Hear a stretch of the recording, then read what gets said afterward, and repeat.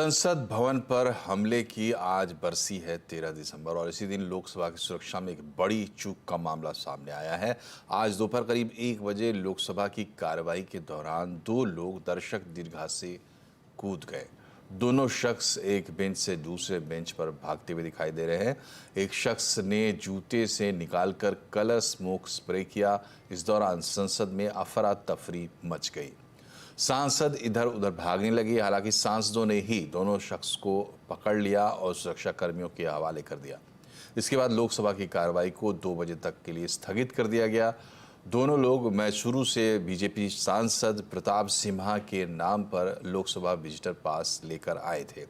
इसी दौरान संसद परिसर के बाहर एक युवक और एक युवती को नारेबाजी और पटाखे फोड़ने के आरोप में हिरासत में लिया गया।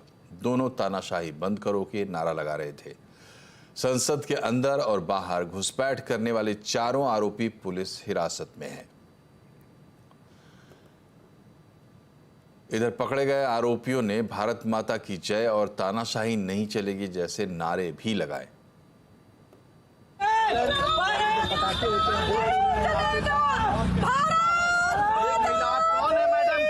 क्यों नारेबाजी कर रही हैं आप? तानाशाही बंद करो।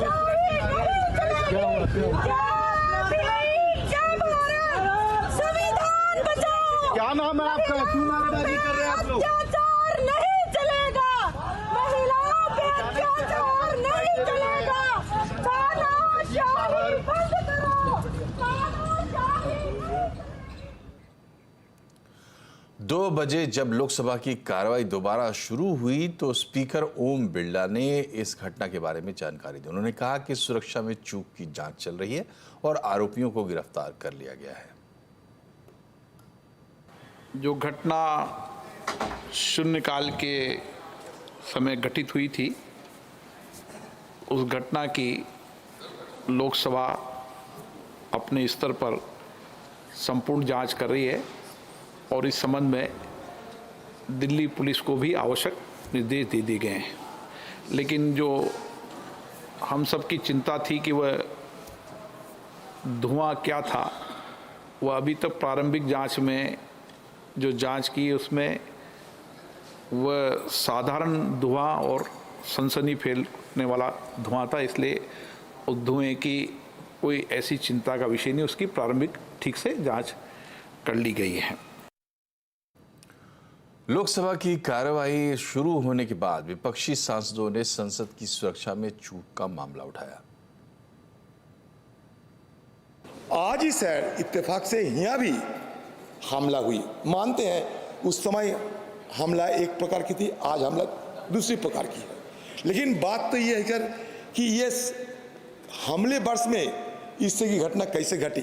इसमें क्या साबित होता है कि हम जो सावधानी जो बरतना चाहिए था वो सावधानी हम नहीं बरतते हैं। Sir, we should be more cautious. That at the entry gate, hundreds of people gather over there, and we the MPs, when we enter, it becomes a very difficult situation. And these people stay from 11 a.m. to 6 p.m. taking photographs, taking selfies, and nobody can guess who is MP, who is not. Sir, today's incident is very serious. Rajya Sabha में भी संसद की सुरक्षा में चूक का मामला उठा। कांग्रेस के अध्यक्ष मल्लिकार्जुन खड़गे ने आज की घटना पर चिंता जताई और गृह मंत्री के बयान की मांग की। लोगों की जान जा रही है और टाइम दो बोल रहे, तो गैस वहां पर छेड़े। इससे पहले भी ऐसा गड़बड़ एक बार हुआ था। नहीं, ये जो है ये सिक्योरिटी ब्रीच आज ही हम मनाए हैं। आज ही शहीद दिवस आज ही मनाए हैं। शहीद दिवस आज ही मनाए हैं और आज ऐसा हो रहा है।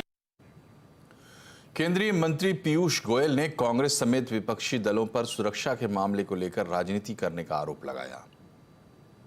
बात है जो इंसिडेंट हुआ, लेकिन ऐसे में जो विपक्ष का रवैया है वो मुझे लगता है देश को एक संदेश देने का होना चाहिए कि देश में हम सब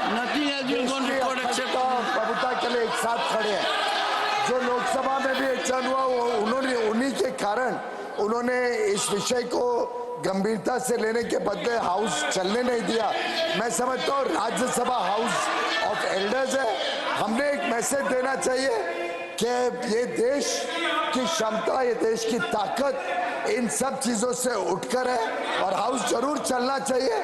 हम सब सदस्य हाउस चलने के पक्ष में हैं और मुझे लगता है कि कांग्रेस इसका पॉलिटिसाइजेशन जो कर रही है ये देश के लिए अच्छा संदेश नहीं होगा। वहीं आरोपी के परिवार और पड़ोसियों का कहना है कि सागर शर्मा बैटरी रिक्शा चलाता था। आरोपी की बहन ने कहा कि उसे इस बारे में और ज्यादा कुछ मालूम नहीं है। मैं भाई रिक्शा चलाता था यहाँ पे। कब से रिक्शा चला रहा है? अभी 2-3 महीना हुआ है। 2-3 महीने। उससे पहले बेंगलोर में रहता था। बेंगलोर में क्या करता था? वही काम करता था, मुझे नहीं पता। ये वहाँ पे गया था कि काम करने गया। काम करने। हाँ। ये दिल्ली कब गया? दिल्ली तो अभी परसों गया है। क्या बता के गया था कि दिल्ली जा रहा है? यही धरना प्रदर्शन के लिए गया है। धरना प्रदर्शन? हाँ, वो मम्मी से कह रहा था तो वही मैंने सुना था। किसके साथ गया? कौन कौन गया था ये बताया? मुझे ये नहीं बताया, यही बताया कि अकेले गया। अकेले तो गया, मुझे ये सब नहीं पता। परिवार में कितने लोग हैं? मैं हूँ, मेरे पापा है और मम्मी है, भाई है, बस 4 लोग। कभी किसी से ना लड़ाई ना झगड़ा कभी किसी से नहीं हुआ है उनका। आप कैसे जानती हैं? अरे मैं बगल में रहती हूँ। आप यहीं रहती हैं? कब से यहाँ पे रह रहे हैं? अरे मैं 22 साल हो रहे हैं मुझे रहते हुए। और ये कब से रह रहा है? ये 15 साल हो रहे होंगे इनको। क्या करता है लड़का? ऑटो रिक्शा चलाता है। वैसे हाँ बहुत अच्छा है, उसको कोई को नहीं है। अब पता है। और इस पूरे मामले में क्या कुछ अपडेट हुआ है? अब शाम होने को आई, शाम हो चुकी है, तो जानते हैं। हमारे संवाददाता संदीप हमारे साथ है। संदीप, बताइए क्या कुछ अपडेट्स हैं अभी आपके पास? देखिए, फिलहाल अपडेट यही है कि जो इन्वेस्टिगेशन चल रही है उस इन्वेस्टिगेशन में ये बात तो साफ हो गई है कि 6 लोग थे, जिनमें से 4 पकड़े जा चुके हैं। बाकी 2 लोगों की अभी भी तलाश है। और बताया जा रहा है कि गुड़गांव में इस घटना को अंजाम देने से पहले गुड़गांव में बाकायदा इनकी मीटिंग भी हुई, क्योंकि जिस तरीके की सिक्योरिटी यहाँ पे ग्रिड है पार्लियामेंट में, वो बहुत ज़्यादा हाई सिक्योरिटी ग्रिड है। और ऐसे में अगर ये इस तरीके की चीज़ें लेके जा रहे हैं तो इसका मतलब साफ है कि वो हर चीज़ को पूरी तरीके से देखकर वो लोग गए थे कि कहीं किसी तरीके कोई पकड़ा ना जाए। क्योंकि अगर हम लोग सिक्योरिटी की बात करें तो जब पार्लियामेंट की बिल्डिंग को तो छोड़ दीजिए, अगर पार्लियामेंट के प्रेमाइसेस के अंदर भी जाना होता है तब भी कम से कम 3 से 4 बार सिक्योरिटी चेक होता है। यहाँ तक कि फ्रिस्किंग होती है, मेटल डिटेक्टर से आपको जाना पड़ता है। तो इस तरीके से आप सिर्फ और सिर्फ उस पूरे प्रेमाइसेस के अंदर जा सकते हैं। उसके बाद जैसे ही आप बिल्डिंग के अंदर जाएंगे तो यही सिक्योरिटी ग्रिड दोबारा से आपके सामने आएगा और इसी तरीके से सिक्योरिटी ग्रिड को क्रॉस करना पड़ेगा, फ्रिस्किंग होगी। और यहाँ तक कि पार्लियामेंट में जब ऊपर जब हाउस में जाओगे देखने के लिए जाते हैं तब भी यानी कि पॉकेट में एक कॉइन तक नहीं होना चाहिए, पेन तक अपने साथ नहीं लेके जा सकते। तो जाहिर सी बात है कि इनको ये पता था कि यहाँ पे इस तरीके की फ्रिस्किंग होती है, ये चीज़ें वहाँ पे नहीं ले जा सकते हैं। लिहाजा उन लोगों ने वो सारी चीज़ें जो है वो अपने साथ नहीं रखी जो कि उनको वापस रखनी हो। लेकिन सबसे बड़ा सवाल ये है कि जूते में अगर आपके पैरों में अगर नया जूता भी होता है तब भी काटता है, तब भी लोग चल नहीं पाते। लेकिन इतना बड़ा अगर स्मोक जो क्रैकर अपने जूते में भर के अगर आप लेके जा रहे हो, इसका मतलब आप समझ लीजिए कि इसके लिए बाकायदा उन्होंने प्रैक्टिस भी की होगी। तो फिलहाल पुलिस जो है इन्वेस्टिगेट कर रही है। और चूंकि 2 लोग जो कि बाहर थे, जिनमें एक महिला भी थी और एक पुरुष भी थे, जो कि पार्लियामेंट के बाहर जो ट्रांसपोर्ट भवन है उसके राउंड अबाउट पर वो उन्होंने उस क्रैकर को फायर किया था, स्मोक को फायर किया था। वहाँ पे जो फॉरेंसिक टीम है वो वहाँ पे आके वो सारे के सारे जो वहाँ से एविडेंस वहाँ कलेक्ट किए हैं।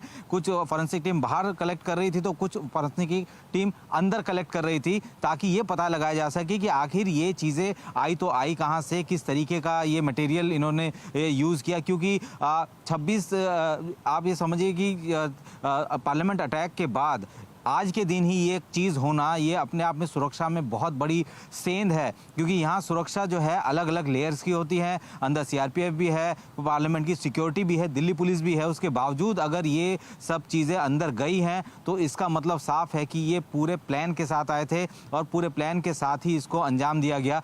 दर्शक दीर्घा की बात करें, जो गैलरी होती है, गैलरी में भी ऐसा नहीं है कि आप अंदर आके और आप बैठ गए और वहाँ पर कोई पार्लियामेंट सिक्योरिटी का व्यक्ति नहीं होता। वहाँ पर भी हर जो बैठने की जगह होती है वहाँ पे पार्लियामेंट सिक्योरिटी के जो लोग होते हैं वो वहाँ मौजूद रहते हैं। कोई भी चेयर की तरफ पैर करके आगे भी नहीं बैठ सकता है, जो भी बैठता है उसको भी नीचे रख दिया जाता है, पैर नीचे रखा दिया जाता है। तो ऐसे में यहाँ पे ये सारी चीज़ें उनको पता थी कि ये सब चीज़ें होने वाला है, बावजूद उसके उन लोगों ने इस तरीके की प्लान को अंजाम दिया। हालांकि ये बता पाना बहुत मुश्किल है अभी, क्योंकि इन्वेस्टिगेशन अभी चल रही है, तो ये कहना मुश्किल है कि आखिर इनकी वजह क्या है। इसके पीछे स्लोगन जरूर शाउट कर रहे थे वो लोग, लेकिन ठीक तरीके से तभी पता लग पाएगा जब दिल्ली पुलिस की तरफ से जो इन्वेस्टिगेशन है वो पूरी हो जाएगी। कोशिश यही है कि 4 जो लोग हैं, जिन चारों को पकड़ा गया है, जो कि इस वारदात में जो है वो शामिल हैं, उनको आमने सामने बिठा के भी पूछताछ होगी, क्योंकि फ़ोन नहीं मिले हैं। पार्लियामेंट में अंदर घुसते हैं तो फ़ोन आपका पहले ही जमा हो जाता है, तो फ़ोन किसी के नहीं मिले। तो ऐसे में अब कोशिश यही है कि किसी भी तरीके से इस चीज़ को सुनिश्चित किया जा सके कि ये जो सिक्योरिटी ब्रीच है वो अलग उसकी इन्वेस्टिगेशन चल रही है, ये क्या सिक्योरिटी ठीक तरीके से वहाँ पे सर्च नहीं किया गया, जिसकी वजह से इतना बड़ा एक बड़ी घटना हो। बहुत बहुत शुक्रिया आपका, बहुत बहुत शुक्रिया आपका संदीप, तमाम अपडेट्स के लिए। और संसद भवन पर 2001 में हुए आतंकवादी हमले की आज 22वीं बरसी भी है। 13 दिसंबर 2001 में आतंकवादियों ने संसद भवन पर हमला किया था। इस हमले में देश के 9 सैनिक शहीद हो गए थे।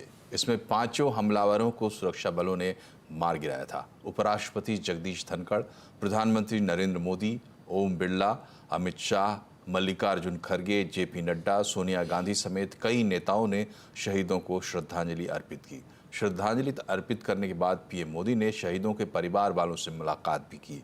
पीएम ने एक्स पर पोस्ट किया कि आज हम 2001 में संसद में शहीद हुए बहादुर सुरक्षा कर्मियों को याद कर रहे हैं और उन्हें भावभीनी श्रद्धांजलि अर्पित कर रहे हैं।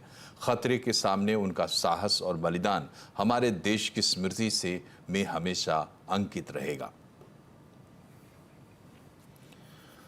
और आज का दिन शपथ ग्रहण का दिन भी था। मध्य प्रदेश के नए सीएम मोहन यादव ने सीएम पद की शपथ ली। उनके साथ राजेंद्र शुक्ला और जगदीश देवड़ा ने डिप्टी सीएम पद की शपथ ली। एमपी के राज्यपाल मंगूभाई छगन भाई पटेल ने उन्हें अपने पद और गोपनीयता की शपथ दिलवाई। प्रधानमंत्री नरेंद्र मोदी, गृहमंत्री अमित शाह, बीजेपी अध्यक्ष जेपी नड्डा इस समारोह में मौजूद थे। इसके अलावा यूपी के सीएम योगी आदित्यनाथ, महाराष्ट्र के मुख्यमंत्री एकनाथ शिंदे, डिप्टी सीएम देवेंद्र फडणवीस समेत केंद्रीय मंत्री नितिन गडकरी, ज्योतिरादित्य सिंधिया जैसे कई बड़े बीजेपी के नेता वहां पर मौजूद थे।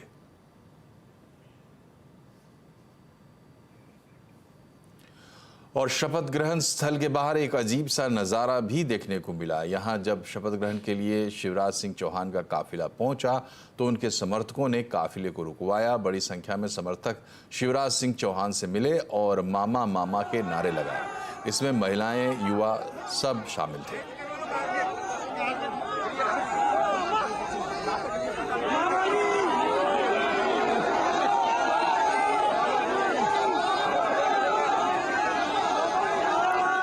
मध्य प्रदेश के बाद छत्तीसगढ़ में भी बीजेपी नेता विष्णुदेव साय ने मुख्यमंत्री पद की शपथ ली। वहीं उनके साथ अरुण साव और विजय शर्मा ने डिप्टी सीएम पद की शपथ ली। यहां राज्यपाल विश्वभूषण हरिचंद्रन ने इन्हें पद और गोपनीयता की शपथ दिलवाई। इस दौरान प्रधानमंत्री नरेंद्र मोदी, गृहमंत्री अमित शाह और जेपी नड्डा यहां भी मौजूद रहे। कांग्रेस नेता और पूर्व मुख्यमंत्री भूपेश बघेल भी समारोह में शामिल हुए। और हाल ही में हुए विधानसभा चुनाव में विपक्षी दलों का जातिगत जनगणना का कार्ड फेल हो गया है। 2024 के लिए क्या है संकेत और क्या जनता करेगी मोदी की गारंटी पर फिर से भरोसा। आज आवाज अड्डा में एसी पर होगी बड़ी चर्चा, शाम 7:57 पर।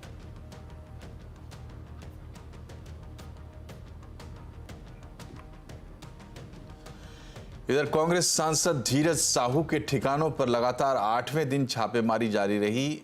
अब तक सांसद के ठिकानों से 350 करोड़ रुपए बरामद हो चुके हैं कैश में।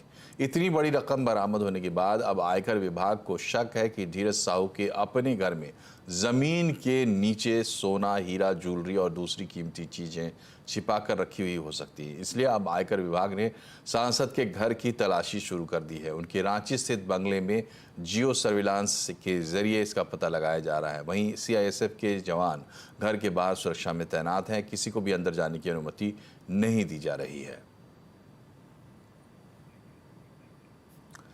ऑनलाइन सट्टेबाजी ऐप महादेव के मामले में भारतीय एजेंसियों को एक बड़ी कामयाबी हाथ लगी है। इस ऐप के को-फाउंडर रवि उप्पल को संयुक्त अरब अमीरात से गिरफ्तार कर लिया गया है। रवि उप्पल की गिरफ्तारी रेड कॉर्नर नोटिस के आधार पर की गई है।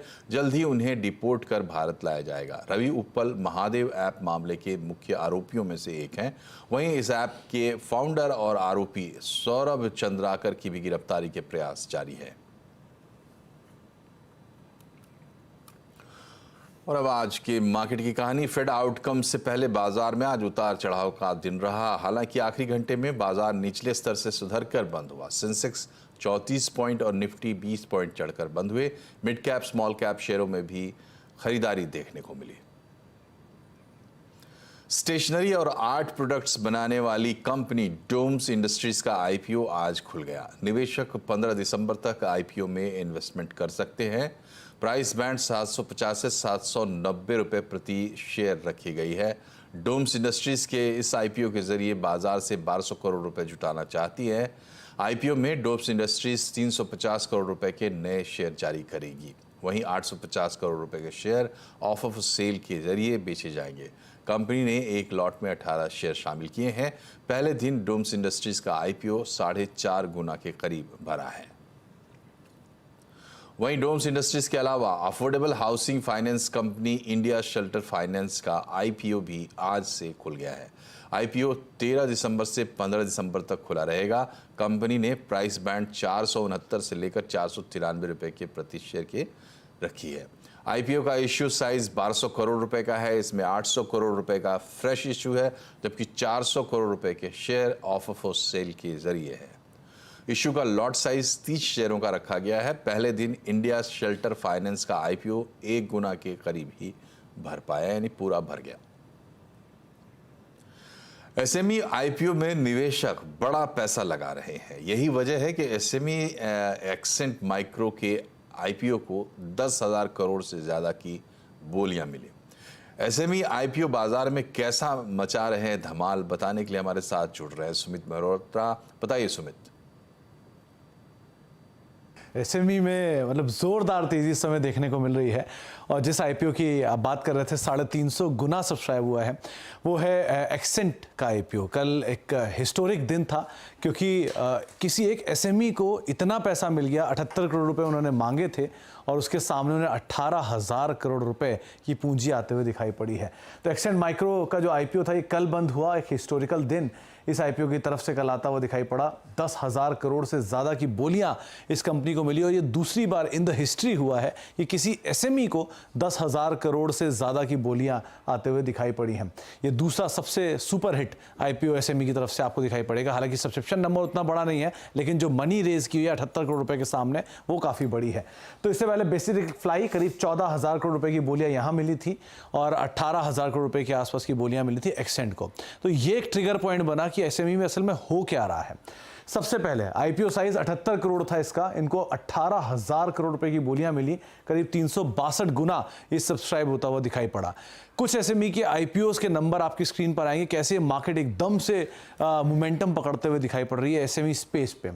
आईपीओ साइज के हिसाब से देखा जाए 2019 में करीब 51 आईपीओ आए थे, जिन्होंने 657 करोड़ रुपए रेज किया। 2020 डल मार्केट था, 168 करोड़ रुपए वहां रेज हुए। 2021 तक आते आते 787 करोड़ हुए। 2022 में 1980 करोड़ हुए और अभी 2023 में अब तक 165 आईपीओ करीब 4500 करोड़ रुपए जुटा चुके हैं। तो पिछले 5 साल में ये आईपीओ का साइज देखिए, मार्केट किस तरह से रोबस्ट तरीके से बढ़ता हुआ दिखाई पड़ा और क्या मासिवली पैसा यहां पर रेज हो रहा है। सब्सक्रिप्शन के नंबर, जहां पर जो मेन बोर्ड का सब्सक्रिप्शन का नंबर रिकॉर्ड रहा है वो 450 गुना रहा है, और वो भी बहुत रेयर केस में। लेकिन यहां कहां पैकेजिंग 750 गुना, ये 6 करोड़ का आईपीओ था महज। और ओला टेक करीब 600 गुना, ये 2 करोड़ का आईपीओ था महज। नेट एवेन्यू 511 गुना, 10.25 करोड़ का आईपीओ था। 450 गुना श्रीवरी स्पाइस, ये सब्सक्राइब हुआ, ये भी करीब 9 करोड़ रुपए के आसपास का एक छोटा आईपीओ था। इसी तरह कुछ और आईपीओ को भी अगर आप देखेंगे तो वहां पर भी बहुत स्ट्रॉन्ग सब्सक्रिप्शन फिगर है। अरहम टेक 450 गुना, 9 करोड़ का आईपीओ। मेत्रे मेड करीब 447 गुना सब्सक्राइब और मधु मसाला करीब 450 गुना सब्सक्राइब। ये वो एसएमई आईपीओ है जहां पर रकम का इस्तेमाल बहुत छोटा सा रकम रेज करते हैं, लेकिन सब्सक्रिप्शन फिगर बहुत स्ट्रॉन्ग आ रहा है। तो ये मार्केट में एकाएक स्टीम आई है और वो स्टीम के नंबर्स आप आते हुए देख भी रहे हैं। शुक्रिया सुमित। इधर पटना में 2 दिन के बिहार बिजनेस कनेक्ट 2023 की शुरुआत हो गई है। बिहार बिजनेस कनेक्ट एक वैश्विक निवेशक शिखर सम्मेलन है। समिट में 40,000 करोड़ के MOUs होने की उम्मीद है। इस शिखर सम्मेलन में भारत और विदेश की 600 से ज़्यादा कंपनियां हिस्सा ले रही हैं। Economic affairs editor Laxman Roy से बात करते हैं। लक्ष्मण जी, बताइए क्या कुछ खास दिख रहा है इस समिट में? देखिए, जब ये बिहार इन्वेस्टमेंट समिट कवर करने की बात हुई तो मेरे मन में एक कौतूहल ज़रूर था कि निवेशकों के मन में किस तरह की धारणा है और कितना उत्साहित है यहाँ पे निवेश करने को लेकर के। आज दिन भर मैं यहाँ पे रहा, अलग अलग सेशन रहे, अलग अलग इंडस्ट्री के लोग यहाँ पर आए, लेकिन उन्होंने जो अपना अनुभव शेयर किया उससे मुझे लगा कि वाकई जो परसेप्शन है वो उससे कहीं उलट हकीकत है और वाकई निवेश के लिए एक बेहतर माहौल यहाँ पर बना है। ऐसे ऐसे इंडस्ट्री के लोग आए जिन्होंने कहा कि महज 54 दिन के भीतर भीतर उनको ज़मीन मिल गई, 24 घंटे के अंदर अंदर बिजली का कनेक्शन मिल गया और सरकार से काफ़ी ज़्यादा सपोर्ट मिल रहा है। जब इस तरह की बातें हुई तो जाहिर तौर पे मुझे लगा कि वाकई निवेश का एक बेहतर माहौल है जिसको सरकार यहाँ पे भुनाने की कोशिश कर रही है। और इस 2 दिनों के समिट के बाद सरकार को उम्मीद है कि करीब 40,000 करोड़ रुपए के MOU यहाँ पे साइन होंगे और सरकार 4-5 सेक्टर है जिस पर खास फोकस कर रही है। मैन्युफैक्चरिंग सेक्टर, टेक्सटाइल सेक्टर में वाकई काफ़ी ज़्यादा दिलचस्पी दिख रही है। लेदर सेक्टर, IT सेक्टर जैसे सेक्टर हैं जहां पे सरकार निवेशकों को बड़े पैमाने पर लुभाना चाहती है और सरकार जिस चीज़ को सबसे ज़्यादा सेल कर रही है यानी अपनी खासियत बता रही है उनमें से एक है यहाँ पे बहुत बड़ा लैंड बैंक, करीब 2000 एकड़ का लैंड बैंक है और यहाँ के ज़मीन का रेंटल भी बहुत कम है, वो एक बड़ा आकर्षण का केंद्र है। यहाँ पे मैन पावर काफ़ी ज़्यादा सस्ता है, करीब 53% आबादी की उम्र 30 साल से कम है, वो सरकार यहाँ पे बेचना चाहती है ताकि आप देखें कि यहाँ पे सस्ते में मैन पावर आपको मिलने की गुंजाइश कितनी ज़्यादा है। रॉ मटेरियल, एग्रो प्रोडक्ट के लिए रॉ मटेरियल का काफ़ी ज़्यादा भरमार है, सिल्क इंडस्ट्री के लिए काफ़ी बड़ी यहाँ पे गुंजाइश है। तो इस तरह के अलग अलग फैक्टर हैं जिसको सरकार अपनी एक खासियत के तौर पर निवेशकों के सामने रख रही है और ये 2 दिनों के समिट के बाद मुझे लगता है कि सरकार के सामने आने वाले दिनों में जो समिट से जो फीडबैक निकल कर आएंगे उस फीडबैक के आधार पर आने वाले दिनों में इंडस्ट्री के लिए, निवेशकों के लिए और भी कई सारे स्टेप्स के लिए एक तरह से रोड मैप निकल कर आता हुआ दिखेगा। बहुत बहुत शुक्रिया आपका लक्ष्मण जी। और इसी के साथ बुलेटिन में फिलहाल इतना ही, लेकिन खबरों पर रहिए अपडेट और जुड़े रहिए CNBC आवाज़ से हमारे सोशल मीडिया हैंडल्स के जरिए भी। नमस्कार।